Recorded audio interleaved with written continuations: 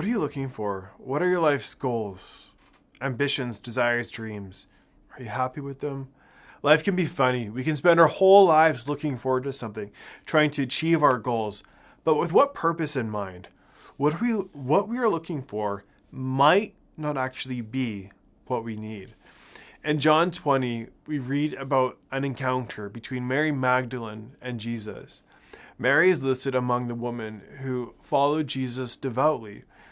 Jesus had cast out numerous demons from her, and she followed Jesus to Jerusalem to care for his needs. Mary was close to Jesus. She followed Jesus right up to the moment of his death on the cross on Golgotha. On the first day of the week after Jesus' burial, Mary returned to the tomb. To her shock, the stone had been moved, and Jesus was no longer there. For Mary, this was terrible news. Mary was looking for something. She was looking for Jesus' body. What had happened? As she watched Jesus die on the cross, her hopes were destroyed, and now his body is gone. How could this be? I'm sure it was very difficult to watch her much-loved friend and teacher to be murdered on the cross. If only she could see his body, grieve the loss, find closure somehow. But his body was nowhere to be found. However, Mary would experience a profound moment. Her sorrow is turned into joy when Jesus appears to her and calls her by name, Mary. Right outside the tomb, everything changes for her. She thought she was looking for Jesus' body, but instead found herself before the risen King.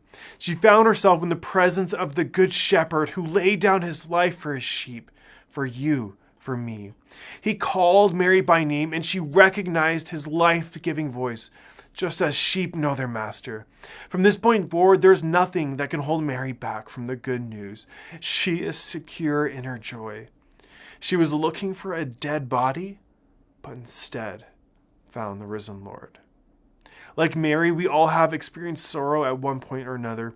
We've all faced moments in our lives where what we thought, what we were looking for, wasn't what we actually needed.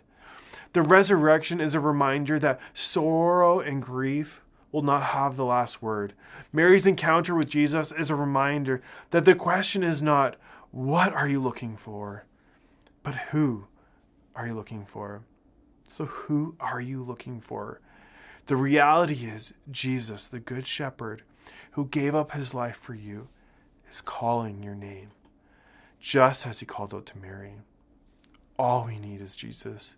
He is more than enough for us.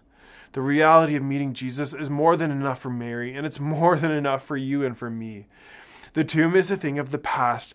It's history. And now Jesus is alive, and he's all that matters. He's calling out to you. Will you receive him today?